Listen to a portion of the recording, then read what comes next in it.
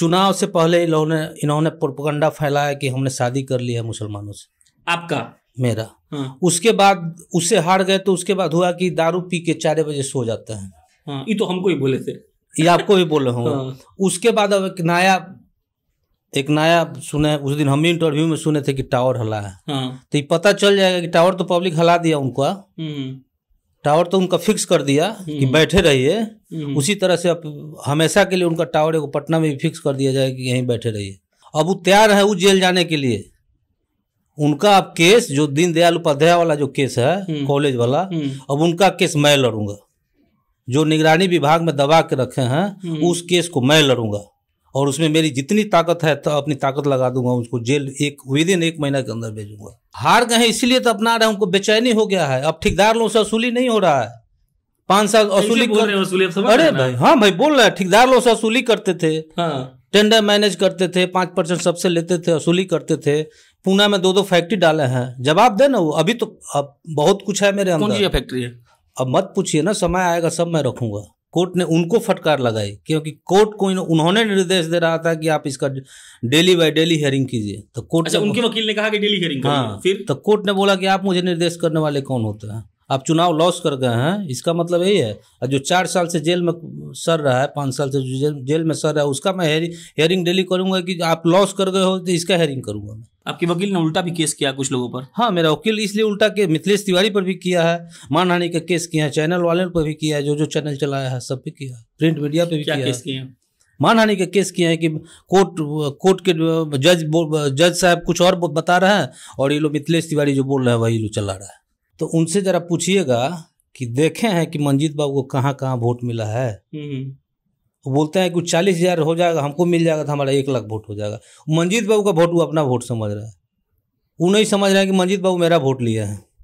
15 दिन हम वहाँ कैंप किए। 15 दिन में था। क्या लग रहा है? 15 दिन में कैंप किया था। हम तो लग ही नहीं रहा था कि बिहार में है। वो बिहार के नक्शा में है कि नहीं कुशेश्वर स्थान मुझे पता नहीं। हम आज तक वैसा एरिया कहीं पूरे बिहार में नहीं देखा कि वहाँ किसी औरत को या किसी की तबीयत इमरजेंसी हो जाए तो वो लोग कैसे कुशेश्वर स्थान या दरभंगा जाता है भगवान जानते। वो लोग रास्ता में मर जाता हो। लालू जी में क्या कुछ मतलब कोई प्रोटीन है क्या? प्रोटीन नहीं है। लालू जी लोगों का दिल जीते हैं। लालू जी लोगों के दिल पे वास करते हैं। जब न्यूज चैनलों पर यह हेडलाइन उफान मारने लगा कि प्रेमशंकर यादव की विधायकी बहुत जल्द रद्द हो जाएगी, तो हमको लगा कि ऐसा क्या हो गया और हमको प्रेमशंकर जी के पास जाकर पूछना चाहिए कि उन्होंने ऐसा कौन सा कांड कर दिया है कि उनकी विधायकी रद्द होने वाली है। ये पहली भूमिका है। दूसरी भूमिका यह है कि जब मिथिलेश कुमार तिवारी कुर्सी पर बैठकर यह आरोप लगा रहे थे कि बैकुंठपुर के जीते हुए विधायक साहब ने बहुत कुछ छुपाया है, तब भी हमको लगा कि हमको जाकर उनसे पूछना चाहिए, क्योंकि एक पक्ष का बात जानकर हम यह आरोप सिद्ध नहीं कर सकते हैं कि सामने वाला गुनहगार है या नहीं। और इसीलिए हम प्रेमशंकर यादव जी के पास आ गए हैं। पटना वाले आवास पर हैं। और अब नमस्कार, मेरा नाम प्रशांत राय है। आप सब जनता जंक्शन देख रहे हैं। प्रेमशंकर जी, बहुत कांड किए आपको, मतलब विधायकी रद्द होने वाला है। हाँ, ऐसा लोग बोल रहा है, कुछ लोग नहीं बोल रहा है। हम जिनको हराए हैं वही बोल रहे हैं। जिनको ज्यादा एक्चुअली कुर्सी से हटे हैं ना, इसीलिए बेचैनी हो गई है। गद्दी से हटे हैं, कमाई बंद हो गई है ना। तो किस बात का आरोप? और बेबुनियाद आरोप है। हमारा एफिडेविट है, हमको माननीय उच्च न्यायालय में, हाई कोर्ट में हमको देना है, जवाब देना है। उनको बेचैनी है। हाई कोर्ट ने जवाब देता है क्या न्यूज चैनल में अपना इंटरव्यू। वो लोग साफ साफ स्टेटमेंट दे रहे हैं कि प्रेमशंकर यादव झूठे हैं, वो अब विधायक नहीं रहेंगे। इस पर क्या कहेंगे? झूठे हम हैं कि वो है तो न्यायालय इसका करेगी ना।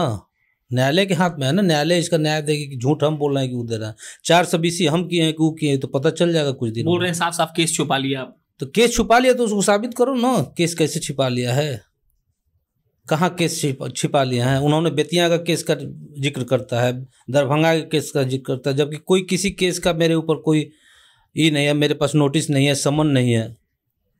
14 तारीख को मेरा नॉमिनेशन था, 14 अक्टूबर को।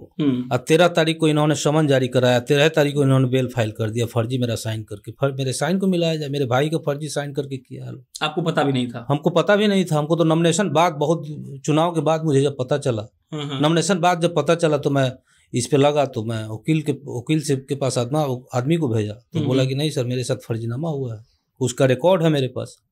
तो बिना बुनियाद के कैसे कोई बोल सकता है कि हम आपका हट जाएंगे? तो मैं तो बता, मेरे पास नकल है ना उसकी। उसका मैं नकल निकाल के रखा हूँ। और साफ साफ उन्होंने फेसबुक पर लिखा है या फिर जितने मीडिया से इंटरव्यू लिया है कि कोर्ट ने प्रेमशंकर यादव को फटकार लगाई। कैसा फटकार लगा आपको? कोर्ट ने मुझे फटकार नहीं लगाई, कोर्ट ने उनको फटकार लगाई, क्योंकि कोर्ट को उन्होंने निर्देश दे रहा था कि आप इसका डेली बाय डेली हियरिंग कीजिए। तो कोर्ट अच्छा, उनके वकील ने कहा कि डेली हियरिंग करिए। हाँ, फिर तो कोर्ट ने बोला कि आप मुझे निर्देश करने वाले कौन होते हैं, आप चुनाव लॉस कर गए हैं, इसका मतलब यही है। और जो 4 साल से जेल में सर रहा है, 5 साल से जेल में सर रहा है, उसका मैं हेयरिंग डेली करूंगा कि आप लॉस कर गए हो तो इसका हेयरिंग करूंगा मैं। 4 सप्ताह का उसने माननीय न्यायालय ने मुझे जवाब देने का टाइम दिया कि 4 सप्ताह बाद आप अपना जवाब दीजिए। मेरा जवाब तैयार है, मैं 4 सप्ताह बाद जवाब अपना दाखिल करूंगा। आपके वकील ने उल्टा भी केस किया कुछ लोगों पर? हाँ, मेरा वकील इसलिए उल्टा के मिथिलेश तिवारी पर भी किया है, मानहानि का केस किया है, चैनल वाले पर भी किया है, जो चैनल चलाया है सब पे किया है, प्रिंट मीडिया पे भी क्या किया केस किए? मानहानि का केस किया है कि कोर्ट के जज साहब कुछ और बता रहे हैं और ये लोग मिथिलेश तिवारी जो बोल रहा है वही लोग चला रहा है। यही मैंने किया है। मिथिलेश तिवारी ने एक और बात कहा इंटरव्यू में, बहुत पैसा है आपके पास, टावर का बिजनेस का जिक्र 100 बार किए हैं कम से कम। वो बोले कि पता नहीं कौन सा बिजनेस करते थे, कहाँ कहाँ टावर लगाते थे, और बोले कि टावर से जुड़ा हुआ कम से कम 10 केस दर्ज है। देखिए, आपको बताते हैं प्रशांत जी, बताया जाए। चुनाव से पहले इन्होंने प्रोपेगेंडा फैलाया कि हमने शादी कर लिया मुसलमानों से। आपका? मेरा। हाँ। उसके बाद उससे हार गए तो उसके बाद हुआ कि दारू पी के 4 बजे सो जाते हैं। हाँ, ये तो हमको ही बोले थे। ये आपको भी बोले होंगे। हाँ। उसके बाद अब एक नया सुने, उस दिन हम भी इंटरव्यू में सुने थे कि टावर हला है। हाँ। तो ये पता चल जाएगा कि टावर तो पब्लिक हला दिया उनका, टावर तो उनका फिक्स कर दिया कि बैठे रहिए। उसी तरह से अब हमेशा के लिए उनका टावर को पटना में भी फिक्स कर दिया जाए कि यहीं बैठे रहिए और लड़ते रहिए। अब वो तैयार है वो जेल जाने के लिए। उनका अब केस जो दीनदयाल उपाध्याय वाला जो केस है कॉलेज वाला, अब उनका केस मैं लड़ूंगा।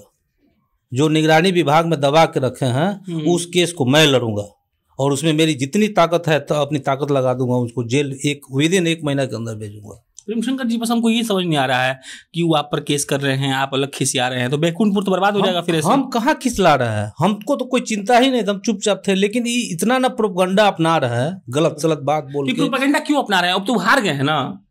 हार गए हैं इसलिए तो अपना रहे हैं, उनको बेचैनी हो गया है। अब ठेकेदार लोगों से वसूली नहीं हो रहा है, 5 साल वसूली अरे भाई, हाँ भाई बोल रहे हैं, ठेकेदार लोगों से वसूली करते थे, टेंडर मैनेज करते थे, 5% सबसे लेते थे, वसूली करते थे। पूना में 2 फैक्ट्री डाले हैं, जवाब दे ना वो। अभी तो अब बहुत कुछ है मेरे अंदर। कौन सी फैक्ट्री है? अब मत पूछिए ना, समय आएगा सब मैं रखूंगा, समय आएगा सब मैं रखूंगा। दे रहे हैं आप, 4 हफ्ते का समय मिला है आपको? हाँ, 4 हफ्ते का समय मिला है। वो बोल रहे हैं कि 3 हफ्ते का समय मिला है। जब नहीं, 4 बोला था 4 हफ्ते, उन्होंने बोला 3 हफ्ते का। अच्छा। मीडिया वाला भी बोला 3 हफ्ते का, जबकि 4 हफ्ते का। तो कब दे रहे हैं आप जवाब? हम उसी बीच में दे देंगे, कोर्ट खुलेगा छठ के बाद, उसके बाद मैं दूंगा। वकील से राय मशवरा हो रहा है? मेरी सब बात हो गई, बहुत पहले हो गई। इस बात को लेकर निश्चिंत है? मैं निश्चिंत तो, मुझे कुछ नहीं होगा। उसके बाद एक नोटरी का दे रहा है, दुकान खोल के आप बैठे हैं तो स्वाभाविक बात है कि आप दुकान खोल के बैठे हैं तो हम जाएंगे ना सामान खरीदने के लिए। अब आपका दुकान फर्जी है कि बिना लाइसेंस का ही, हम थोड़े जानते हैं। आपकी दुकान से जज साहब भी सामान खरीदते हैं, पुलिस कप्तान साहब भी सामान खरीदते हैं, डीएम साहब भी सामान खरीद रहे हैं, तो हम चले गए तो क्या गलती कर दी? अब उसका है नहीं है, कोर्ट में वो बैठा हुआ है, अपना नोटरी का बोर्ड लगा के बैठा हुआ है, वो अपना काम कर रहा है। मेरे जैसे सैकड़ों लोग काम कराते हैं उसे पर डे। तो कोर्ट का मामला है ना, इसमें हम क्या बोल सकते हैं? वो तो कोर्ट परिसर में हम कराया है, कोर्ट से कराया, वो अपना बोर्ड टांगा है, हम नोटरी करा है। अब उसका रिन्यूअल सरकार नहीं किया, बाद में किया, पहले वो रिन्यूअल के लिए दिया हुआ था, बाद में वो किया। तो इससे मेरी मैटर नहीं है, कोर्ट की मैटर। हम आपसे हर बार, जब भी आपका 4-5 बार आपका इंटरव्यू ले रहे हैं, हम आपसे हर बार बोलते हैं कि आप भी समाज सेवा का बात करते हैं, दावा करते हैं, भाई साहब भी दावा करते हैं, जो भी नेता है वही कहता है कि हम समाज सेवा कर रहे हैं। तो समाज सेवा मिलकर काहे नहीं हो सकत? रउआ लोग के लड़ाई में राउर क्षेत्र काहे पिछड़ता? समाज सेवा उससे न मिल के हो सकती है जिसका माने राजनीतिक मुद्दा केवल उस पर हम लोगों की हो, और वैचारिक और व्यक्तिगत अगर कोई हमला करे तो इससे विकास नहीं ना हो। और उनसे विकास होने वाली नहीं है। 5 साल MLA थे, क्या विकास किया उनका? बोलते हैं सौदागिरी बना दिए। अरे सौदागिरी बना लिए तो वहीं ना, तो एक टावर हलवा देते हैं। कहाँ सौदागिरी बन गया है? हम सौदागिरी बनवाएंगे। इस बार तो सारा पैसा मेरा कोरोना में चला गया। लोगों को 5 साल मूर्ख बना है एक सौदागिरी बनाने के लिए, और मैं 4 साल मुझे और टाइम मिलेगा। इस 4 साल में मैं सब जगह 2-2 जितना घाट है 2-2 सौदागिरी बनवाऊंगा। मैं मूर्ख जनता को नहीं बनाऊँ, 5 साल वो मूर्ख जनता को बनाया, एक काम किए हैं वही। कहीं उनको ऐसा तो नहीं लग रहा है कि माने कि कुछ इधर उधर हो जाए, चाहे एक मतलब एजम्पशन कर लेते हैं कि चुनाव कैंसिल हो गया तो उनको लग रहा है कि जीत जाएंगे, चाहे 25 का एग्जाम्पल ले लेते हैं हम लोग। अच्छा तो मतलब पूछ रहे हैं आपसे, आपका क्या विचार है इस पर? लग रहा है इस पे तो मेरा विचार यही है कि हमको लगता है कि अब पहले जो उनको मिला था पिछली बार 2020 में, अब उसकी 1/3 भी वोट मिलेगा कि नहीं ये पता नहीं है, उनको ही पता नहीं है। अच्छा एक बात और वो आपसे बोलते हैं, वो 40,000-42,000 जो मंजीत बाबू का वोट है, सब मतलब मेरा इंटरव्यू आप देखते हैं ना? हाँ, आपका इंटरव्यू मैं देखता हूँ। तो उनसे जरा पूछिएगा कि देखे हैं कि मंजीत बाबू को कहाँ कहाँ वोट मिला है। वो बोलते हैं कि 40,000 हो जाएगा, हमको मिल जाएगा तो हमारा 1 लाख वोट हो जाएगा। मंजीत बाबू का वोट वो अपना वोट समझ रहा है, वो नहीं समझ रहा है कि मंजीत बाबू मेरा वोट लिया है। वो बोल दीजिएगा उनको, अगले बार जब इंटरव्यू लेने जाइएगा तो बोल दीजिएगा कि बूथ वाइज जरा देख लेंगे कि किस गांव में, किस कस्बा में, किस टोला में, किस बूथ पे कितना वोट मंजीत बाबू को मिला था, और वहाँ मेरा कितना वोट था, और वहाँ उनका पिछली बार कितना 2015 में कितना वोट था।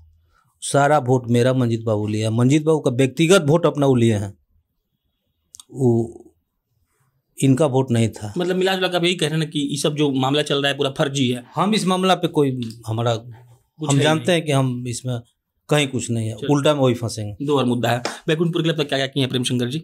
देखिए आप बैकुंठपुर के लिए तो मैं सबसे बड़ी, आप तो कोरोना काल में मेरे साथ थे, मैं कोरोना में अपने लोगों के लिए बहुत कुछ किया। आपके सामने आप तो आए भी थे, इंटरव्यू भी लिए थे, आपने जाकर मेरा काम भी देखा था। मैंने अपने स्तर से जिला अधिकारी को मैं कुछ पैसा भी दिया था, अपना फंड जो 1 करोड़ रुपया बचा हुआ था वो भी मैंने उनको दे दिया कोरोना काल में। इसलिए अभी तत्काल कुछ मेरे पास था नहीं। मैं लोगों का सेवा किया हूँ 1 साल, लोगों के बीच में रहा हूँ, दुख दर्द में रहा हूँ। अगला प्लान बता दीजिए। अगला प्लान मैं जो वादा किया था, हाँ एक काम मैं किया हूँ कि बाढ़ का मैंने जो वादा किया था चुनाव कि बाढ़ नहीं आने दूंगा। कुछ एरिया में आया था सर? नहीं, वो तो आधा हर साल आएगा, अभी भी आएगा। क्योंकि वो बाढ़ साइड में ही रहता है, नदी साइड में। तो नदी साइड में तो जो जगह नहीं है वो तो हर साल बांध नहीं टूटा, बांध नहीं टूटा, इन्हें टूटने दिया। हाँ 2020 में जो बाढ़ आया था वो नहीं आएगा, मेरे रहते तो नहीं आएगा। चलिए अब लास्ट बात, अध्यक्ष जी आए हैं, लागल झुलनिया में धक्का बलम कलकत्ता चला चिल्ला रहे थे, सब लोग बोल रहा है कि दोनों सीट जीत जाएंगे, जदयू वाले अलग कह रहे हैं, इधर कर रहे हैं। हमारा रिपोर्टर 3 दिन वहीं रहा, वहीं सोया, वहीं खाया, वहाँ बढ़िया होटल भी नहीं है, पता नहीं नीतीश जी कैसा विकास किए हैं, ये सब हमको नहीं पता है। आपका क्या है, मतलब जोश आ जाता है लालू जी के आने से?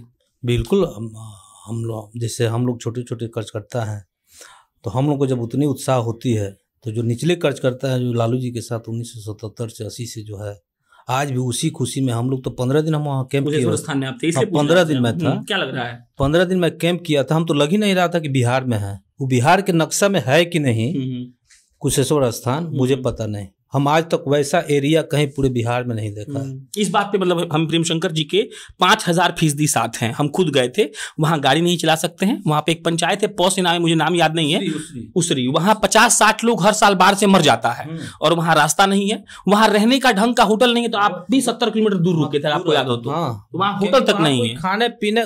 इवन की मैं उसरी जाता था तो गाड़ी लगाकर बांध पे, जहाँ बांध है वहां से पैदल जाता था 20 किलोमीटर 25 किलोमीटर में डेली पैदल घूमता था उसरी पंचायत में लोगों के बीच। वहां जाने उसके बाद भी गांव में भी जाते थे तो इतना पानी, कमर तक पानी को मैं पार करके जाता था दूसरे टोला में। ऐसी स्थिति थी। मैं ये सोचता हूं कि वहां किसी औरत को या किसी की तबीयत इमरजेंसी हो जाए तो वो लोग कैसे कुशेश्वर स्थान या दरभंगा जाता है भगवान जानते, वो लोग रास्ता में मर जाता हो। जो स्थिति है, आप भी गए होंगे, आप भी देखे होंगे। और वहाँ केवल लूट है, FDR के नाम पे केवल वहाँ लूट होती है। हर साल FDR होता है, प्लॉट फाइटिंग की काम होती है, रोड बनता है। आज रोड बनाने में वो लोग टाइम 6 महीना 7 महीना लगा देता है, तो फिर पानी का बहाना आ जाता है, पेमेंट हो जाता है।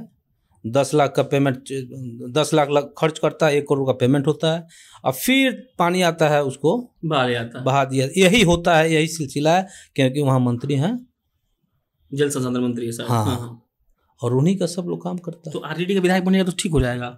बिल्कुल, पहला हम लोग का ध्यान है कि हम लोग को अगर सरकार हमारी बनती है, हमारा विधायक वहां से जीत रहे हैं। ये कौन फार्मूला आप लोग लगा रहे हैं कि सरकार बन जाएगा जी? सब लोग कैसे बन जाएगा बताइए? तो समय आ रहा है ना, पता चल जाएगा आपको कैसे। बहुत बड़ा टेक्निक थोड़ी है, बता दीजिए हमको, आप लोग सुन लेगा। टेक्निक है, आप खुद समझिए ना कि टेक्निक है कि नहीं। 2 सीट हम लोग जीतेंगे, सरकार हम लोग बन जाएगी। लालू जी में क्या कुछ मतलब कोई प्रोटीन है क्या? प्रोटीन नहीं है, लालू जी लोगों का दिल जीते हैं। लालू जी लोगों के दिल पे वास करते हैं। आज भी वही प्रेम, वही स्नेह लालू जी का लोगों के प्रति है, लोगों का लालू जी के प्रति। वो भगवान है, और वैसा विचार वाले बिहार में अब कोई नेता होने वाला नहीं है। आप लोग चैनल वाले तो लालू जी को झूठ मूठ का प्रोपगंडा फैलाया कि लालू यादव ने ये बोल दिया वो बोल दिया, लेकिन लालू यादव भगचोनर बोले नहीं थे तो मुंह से निकल गया। भगचोनर का क्या मतलब होता है? भगचोनर का आप हम लोग अपने देहात में गांव में लड़का सबको नहीं भगचोनर इसका रहते हैं तो नहीं बोलते हैं। तो भगचोनर क्या हो गया? अज्ञानी होता है उसको, जिसको ज्ञान नहीं है। तो सही बात है, भगचरण दास को कोनो ज्ञान नहीं है बिहार के पॉलिटिक्स का। उसको क्या ज्ञान है? उसको क्या मालूम है कि बिहार की पॉलिटिक्स क्या है? इसी पे लालू जी भगचोनर बोल दिए, तो इसमें गलती क्या बोल दी? सही बात है। ये सब तो बात ठीक है, सरकारों बन गया, मिथिलेश जी कह रहे हैं आप विधायक नहीं रहेंगे तो आपको क्या मजा मिलेगा सरकार का जब विधायक? तो हम विधायक नहीं रहेंगे कि वो एक एमएलए रहेंगे कि नहीं रहेंगे, वो अब क्या पूर्व न होता है, पूर्व के अपूर्व हो जाएंगे वो, उनको अपूर्व हम बनाएंगे। बोलिए जेल जाने के लिए तैयार रहें। चलिए, बाकी ये प्रेमशंकर यादव थे। लालू यादव के आने के बाद अच्छी बात ये होती है कि आरजेडी वाले बहुत खुश होते हैं। हमको भी निजी तौर पे खुशी इसलिए मिलता है क्योंकि एक नेता जो बहुत सदियों तक यहाँ रहा, उसने क्या काम किया, अच्छा या बुरा, इस पर टिप्पणी अभी तो नहीं करेंगे हम, लेकिन हाँ, वो जब वापस आते हैं तो ये कहा जाता है कि उनके आने भर से बिहार की राजनीति बदल जाती है। बाकी कुशेश्वर स्थान पर टिप्पणी करनी इसलिए जरूरी है क्योंकि हम वहाँ खुद गए थे, वहाँ का हाल बिदम बेहाल है। जिस विकास के नाम पर नीतीश कुमार खड़ा होकर वोट मांगते हैं या इस बात की दुहाई देते हैं कि हमने बिहार को बदल दिया, और कहा जाता है कि नीतीश कुमार पुल और पुलियों वाली सरकार है, तो ऐसा कुछ भी नहीं है। और अंततः मिथिलेश तिवारी जी आपको हमारे शाम में कॉल करेंगे, वीडियो को अपलोड होने के बाद आप मिलेंगे तो हम लोग इनसे बातचीत करेंगे और पूछेंगे कि प्रेमशंकर यादव जी कितने बड़े कांड कर चुके हैं। बाकी मेरा नाम प्रशांत राय है, आप जनता जंक्शन देख रहे थे। बहुत बहुत धन्यवाद।